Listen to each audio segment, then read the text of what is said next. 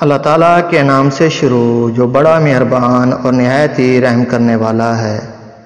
حضرت عثمان غنی رضی اللہ تعالیٰ عنہ نے ارشاد فرمایا، دعا کے لیے ہاتھ اٹھانے سے پہلے آسمان کے دروازے کھولنے کی قوت پیدا کرو۔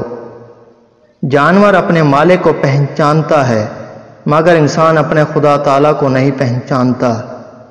اگر تو گناہ پر آمادہ ہے تو کوئی ایسا مقام تلاش کرو جہاں خدا نہ ہو۔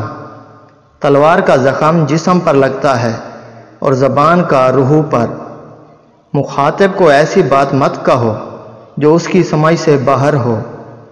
جب زبان درست ہو جائے تو دل بھی درست ہو جاتا ہے۔ جنت کے اندر رونا عجیب ہے اور دنیا کے اندر ہنسنا عجیب تر ہے۔ غصہ ہمیشہ حماقت سے شروع ہو کر ندامت پر ختم ہے۔ انسان کے لیے سب سے مشکل چیز خدا تعالیٰ کی پہچان ہے۔ کسی چیز سے نا امید نہ ہو کیونکہ اس سے عمر گھٹ جاتی ہے۔ امید کبھی مایوس نہیں ہوتی، صرف خواہش اسے مایوس کر دیتی ہے۔ محنتی کا ہاتھ اسے کبھی نہ کبھی دولت مند بنا دیتا ہے۔ اپنے گناہوں کو بار بار یاد کرو، شاید تم شرمندہ ہو کر توبہ قبول کر لو۔ بزدل آدمی موت کے آنے سے پہلے کئی بار مرتا ہے۔